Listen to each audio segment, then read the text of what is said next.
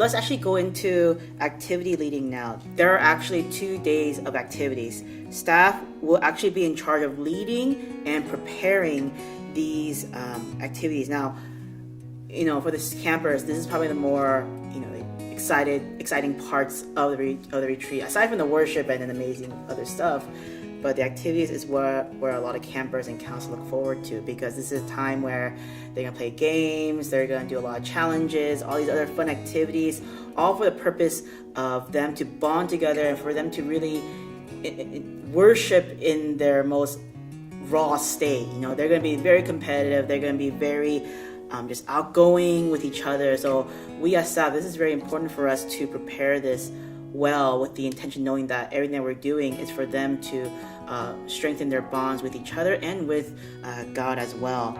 If you take a look at the activities checklist that's listed in the manual here, aside from all these responsibilities that you have, the most important thing is going to be actually paying attention to the activities director, which this year is Pastor Julie. So she has the master plan, and she's going to let you know what to do. So it's your responsibility to ask questions, to make sure you understand every aspect of every activity and game, and kind of anticipate her next move and be prepared and be ready to send the campers on their way to the next activity and next game. So as we go through the checklist, gathering all the necessary supplies and bringing them to the activity area, whether they be props or water balloons or whatever they may be, Pastor Julie's going to rely on you to make sure you know what's supposed to be there, even if she might forget, and never hesitate to bring items that were left behind and make sure they get to where they need to be. And some of the activities, they're by nature going to require a little extra preparation, maybe the night before. And so whatever Pastor Julie asks from you, make sure you're on top of it and kind of filling in the gaps of things that might get lost along the way.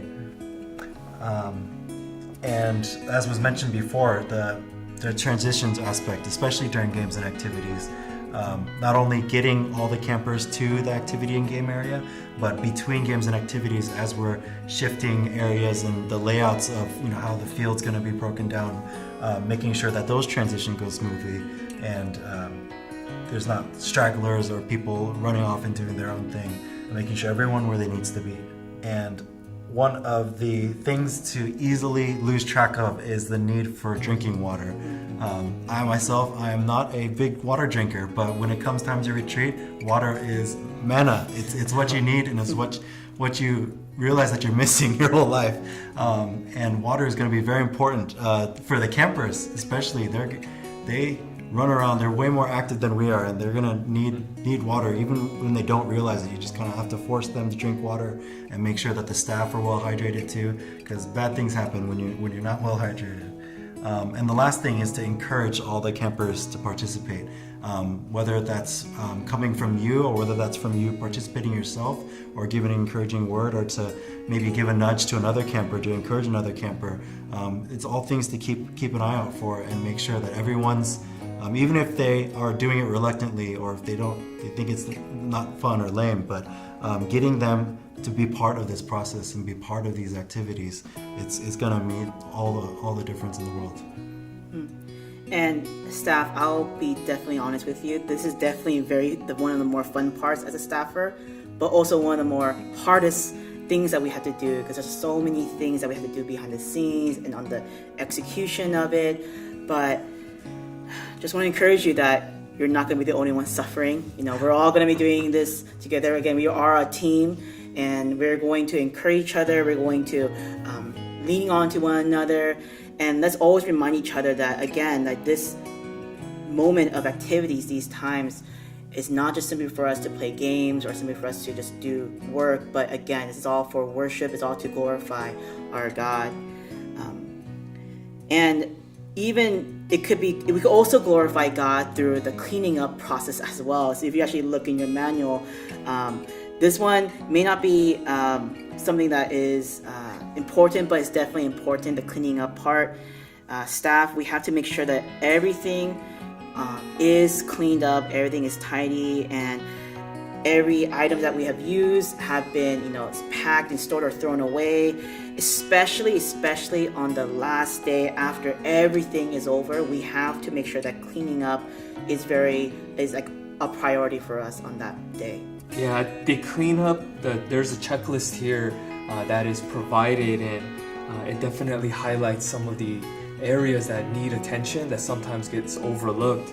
For example, the worship hall, the staff have an important job in making sure everything is tidy and ready for worship, and it really does serve the worship time, for the campers to walk in to an area that's clean. Hopefully before they leave that they clean up a bit instead of putting it on the staffers, but the staff will come in and make sure everything's in order so people can come in and feel at peace and ready to worship in a very clean and organized area.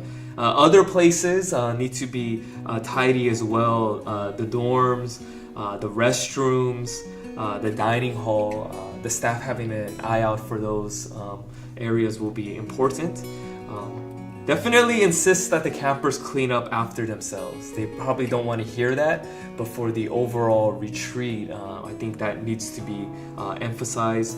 Also, collecting things that are around. I'm pretty sure with the hectic possibilities at the retreat, a lot of campers are going to leave things, of the leaders are going to leave things, maybe in the staff as well. And pastors, they might leave their bag and their Bible around, so the staff have a job to collect everything, make sure everything is where it needs to be, and I think that's an important thing. The last day, as Pastor Julie, as you mentioned, there definitely needs to be special care, and when it comes to cleaning up. I remember last year, I'm guilty of it. My church, we had to leave, so we just got up and left. And then I heard that only like 1 or 2 churches stayed behind and cleaned up everything and had to make sure everything was in order. And we definitely don't want that to happen again. Bethel, we will try to stay as long as we can, but we will provide a list. I think having a list and communicating that more widely can help out with a collective effort instead of putting it upon 2 churches. And I heard that, and it didn't go so well. But another thing which I really like, I didn't see this happen last year, was the assistance with loading and unloading. I was when my church arrived last year, I was the only one unloading things, and I got a bit overwhelmed, and it would be nice to have some more help. And I think it would help things move quickly and more efficiently with more hands available. And I think it's also a great welcoming and also welcoming gesture as well as leaving gesture to have some people who are involved at the retreat being there to help, and also help to welcome and help to depart. So the cleanup, the staff have a lot. I know this isn't probably the most exciting, like what we just talked about, like activities, but still nonetheless important, and really appreciated for this task. And as we have seen all the things that are assigned to us and what we're expected of, it's easy for us to simply look at all the workload, like, oh my gosh, this is all things I had to do. It's just so much.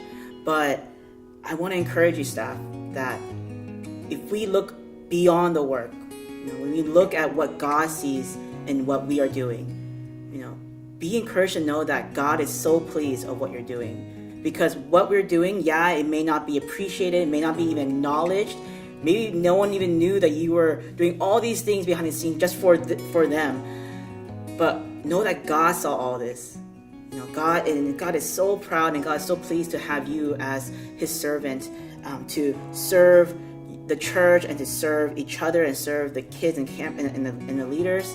So I want you to know that the only person that matters has noticed your work and is so proud and so blessed to have you as his child.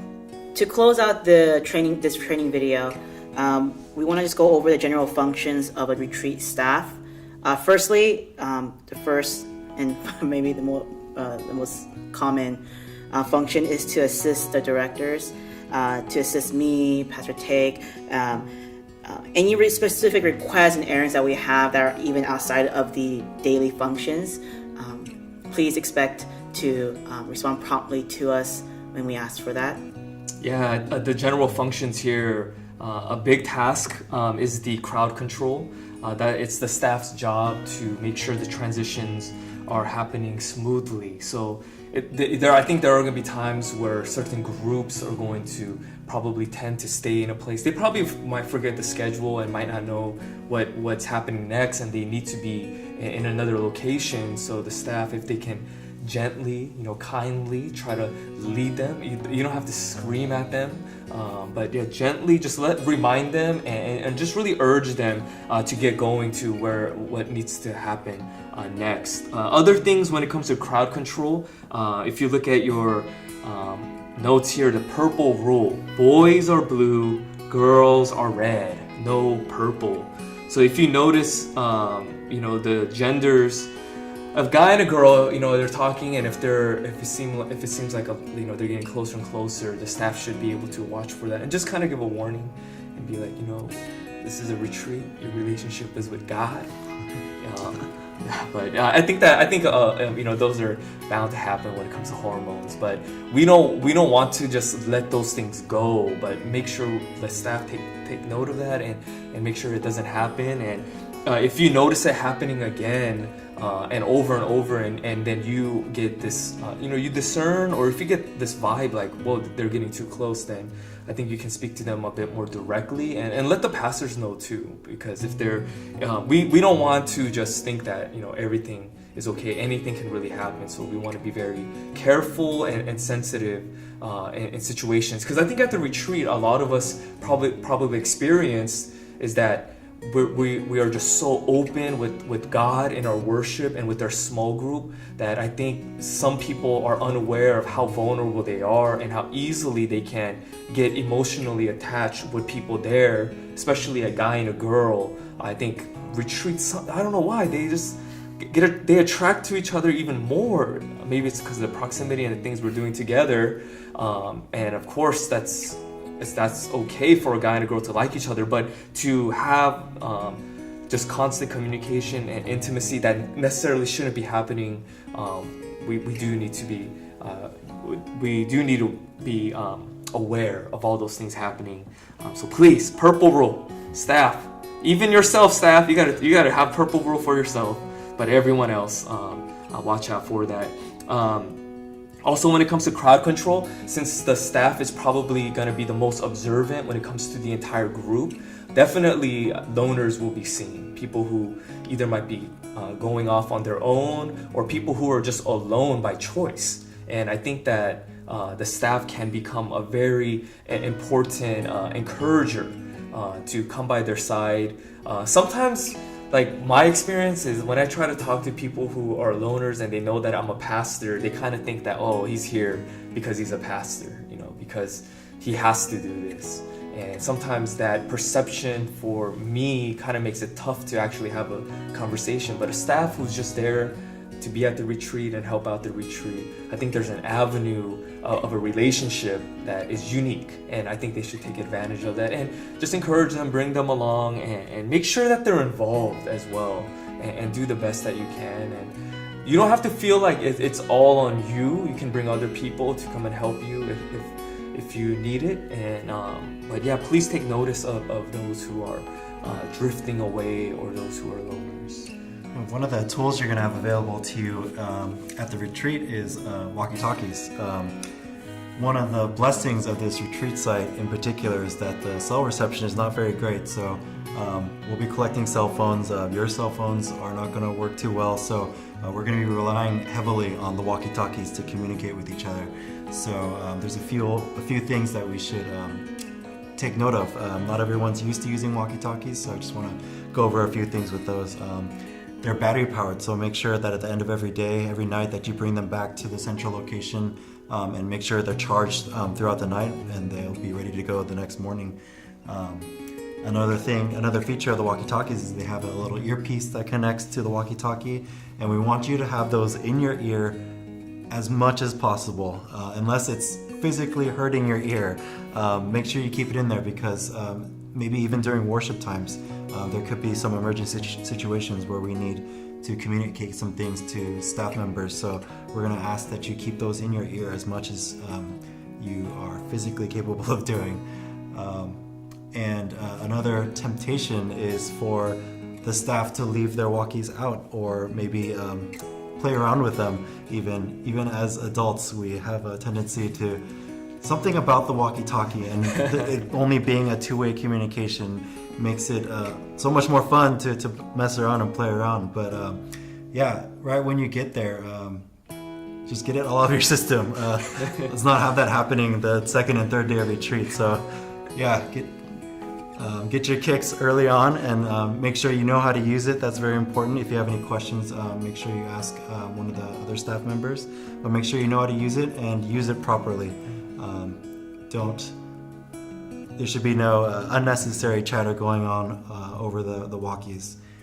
All the settings for the walkie-talkies are going to be set, so all you'll need to do is turn it on, maybe set the volume, but everything should be set to go for you. Just make sure they're on you at all times, and that you have the earpiece in at all times.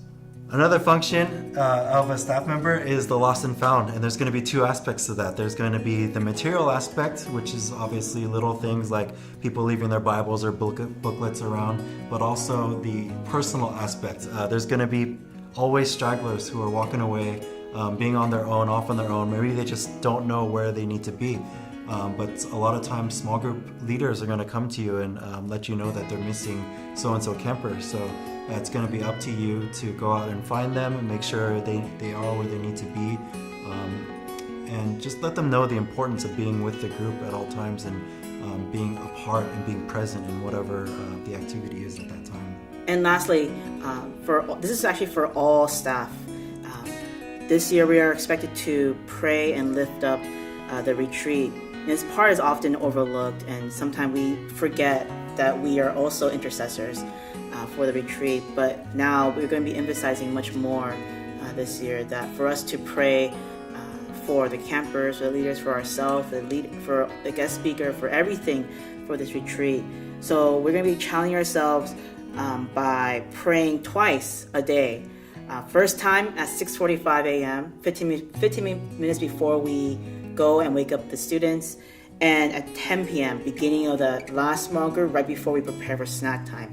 Just for 10 minutes, we're going to gather together at the start of the day, at the end of the day. We're going to pray and intercede for each other, for the leaders, and for the campers.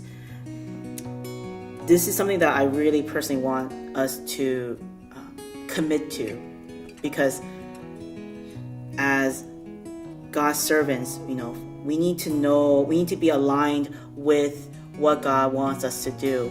And prayer helps us with that, because prayer, our attitude becomes of more, God, I can't do this without you. So lead me, guide me. So it's important that we as leaders, we as staff, are constantly in prayer mode. So not even outside of group prayers, if you have some free time in between, and you really want to just spend some time with God in between those free times, then I challenge you to talk with Him, converse with Him as well, and intercede for the campers around you and for the leaders around you. All in all, this function and the roles and expectations of retreat staff is not simply just grunt work. It's not simply just us doing work. It's definitely a biblical role. There's definitely a lot of people in the Bible who are not as famous like Moses or David or even Paul, but there have been people who have been a huge part of building the church and serving the church. One example would be like Lydia in the Church of Philippi. She